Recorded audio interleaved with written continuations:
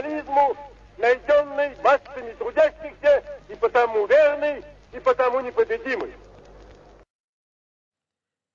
A letter from several filmmakers to Stalin denoted a collective expression of the significance of art in the celebration of the October Revolution.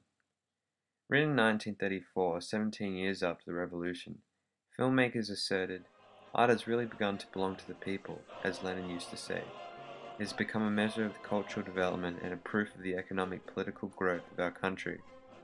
15 years ago, Soviet cinema had no cultural traditions, no cadres, no material base. In our country, this art was born of the revolution. Lenin attached colossal importance to cinema, and has developed through the direct instructions of the leader, the will of the party, and the revolution. To Soviet filmmakers, the letter reinforced the powerful slogan of Stalin's 5-year plans: everything with our own machines and from our own materials. And as such, they insisted that their artistic and technological intentions had been mostly realized in the film industry. Thus, early socialist cinema, both logically and against its will, molded with its surroundings.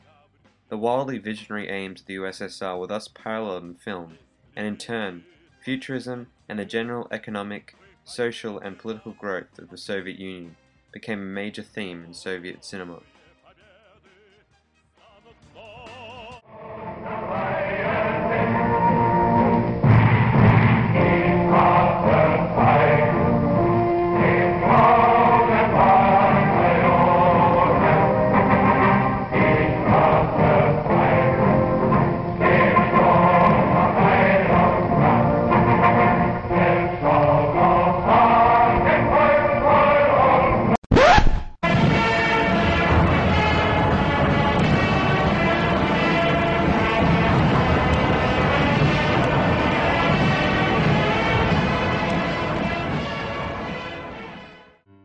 To state a severe understatement, the purposes of many Soviet films, apart from their artistic value, were merely educational and/or propagandist. This is also detailed in the letter, as the filmmakers attribute the cultural development of the country, as well as the inclusion of more audiences, partly to the futurist, visionary nature of Soviet film. They state, millions of proletarians and collective farm workers in the Soviet Union, millions of proletarians in foreign countries, watch our films every night. We are pleased with this remarkable contact with our audience, pleased with the support and attention that it envelops us in, and for this we are grateful to the party of Lenin and Stalin, which has unleashed the cultural resources of millions of people and taught us to respect our work and audiences to respect our art. The accessibility of these films is paramount in the distribution of propaganda, as well as providing a medium of expressing socialist ideals and goals. Not only was it exploring the growth and evolution of socialism as a theme, film was also an active participant of the perpetual revolution. Trains and ships visited soldiers, workers, and peasants, bringing films to even the most rural and undeveloped areas of the country. Lenin declared film the most important art form for educating the masses in the ways, means, and successes of communism, a sentiment echoed by Stalin later in the form of socialist realism.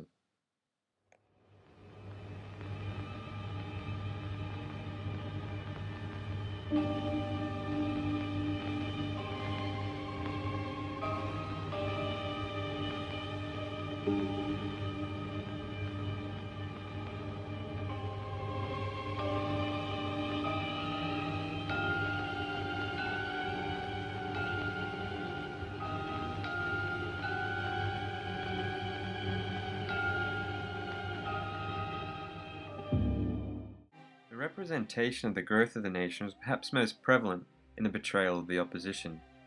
Sergei Eisenstein is renowned for his depiction of villains as crowds of faceless and morally backward child murderers.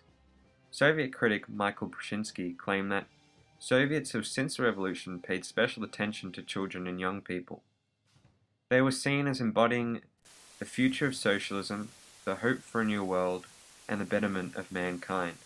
As such, the often graphic deaths of these children seemed particularly troublesome, as it implied that the part of the future of socialism had died along with the child. Eisenstein in particular paid homage to great achievements in the struggle of early Soviets, but he was not alone. The Vasilyev brothers' Red Army epic Chapayev has since become a signature film of the socialist realism era, as it glorifies the past in order to persist in both the present and the future. The Pravda claimed that Chapayev is a great event in the history of Soviet art. Chapayev invisibly and powerfully multiplies the links between the party and the people, as Lenin used to say. It has become a measure of the political development and proof of the economic and political growth of the country. Cinema as an indication of the progress of its context, however, is not strictly limited to Soviet cinema.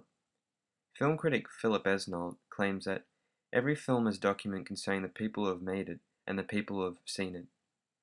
It is, however, a gross understatement when applied to early Russian cinema, in that the social and political growth as the theme so heavily permeates the very foundations of the films, that the art and the context are utterly inseparable.